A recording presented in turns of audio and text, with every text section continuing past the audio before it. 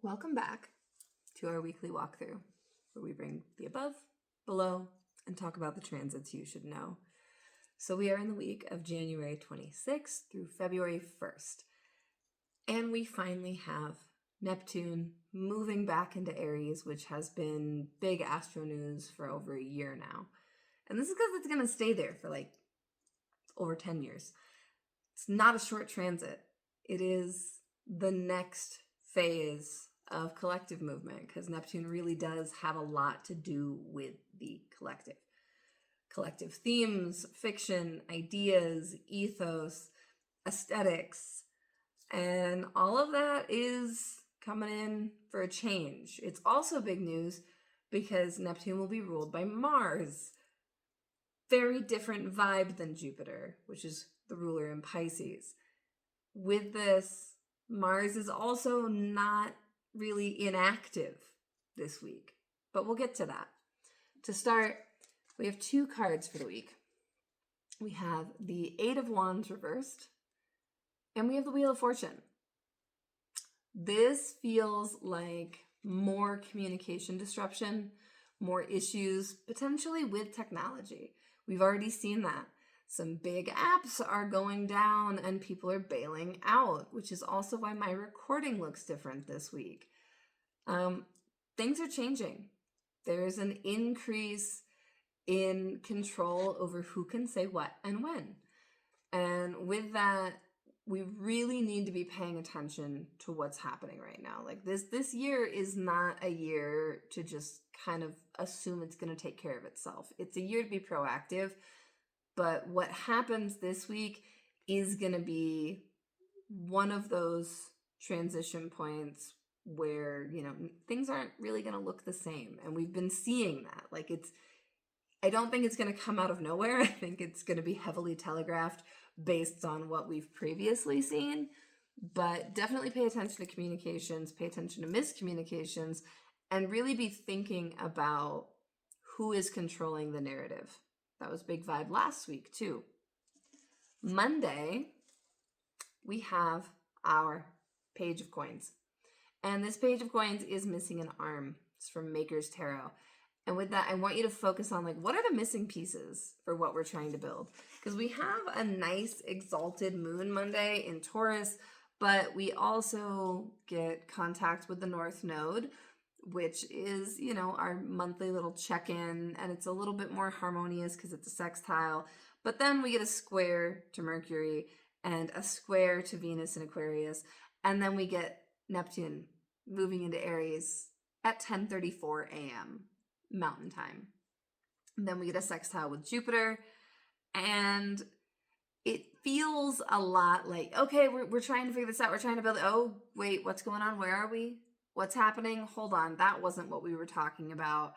And so this is about the tangible versus the intangible and what is being ignited right now. It feels kind of like an oil fire.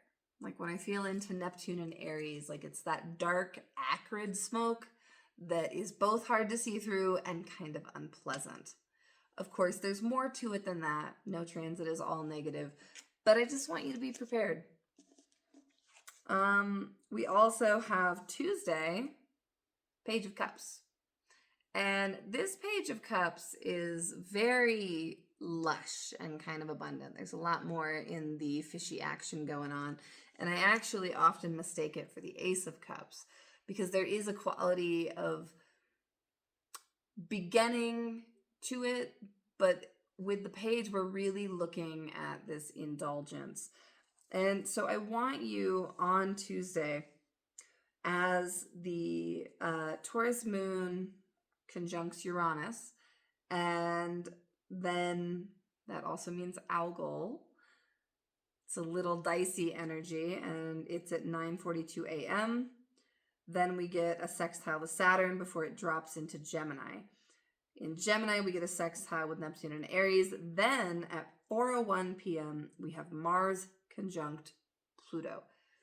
This is what y'all hate when I say a big news day and not a good news day. While Pluto is not technically a malefic, Mars-Pluto interactions, particularly when we have a moon-Uranus algol, connection to that is hostile, that is explosive, that is intense. And these are fixed signs, so it's enduring. Like, stay safe on Tuesday, particularly because it is Mars Day. Like, for that to be the first major aspect that Mars makes after the Neptune ingress on Mars Day is a lot. So if you do plan on being out and about, doing the work, be safe. Don't skip your precautions. Take the steps you know you need to take. And if you don't know to take them, maybe don't go. Or at least ask. Do a quick search. We move from here to Wednesday. And on Wednesday, we have the Six of Swords, our old grieving friend. And there is a lot of action for the Gemini moon, trine the suns at the bending of the nodes, trine Mercury, trine Venus.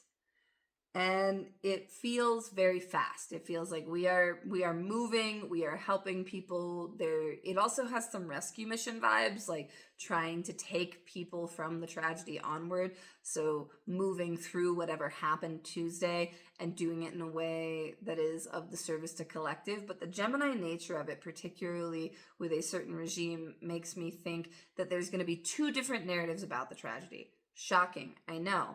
But whatever happens, err on the side of humanity and be one of the helpers. Be one of the people who shows up. Thursday, we have Mercury conjunct Venus.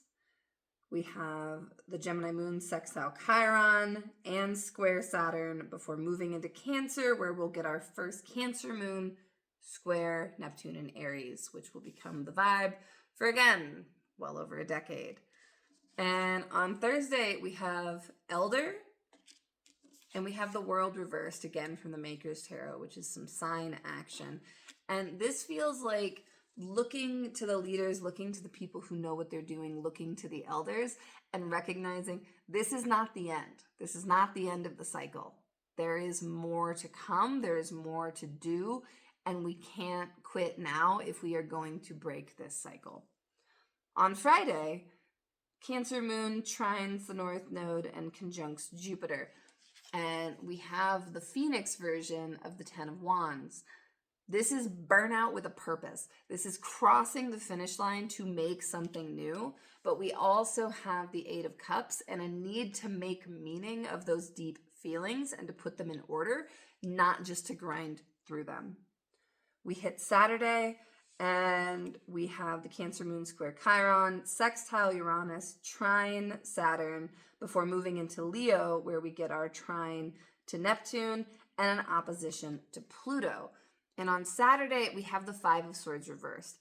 This feels like what was being built gets broken. This is the blacksmith version, and this could be like an attempt at coalition breaking.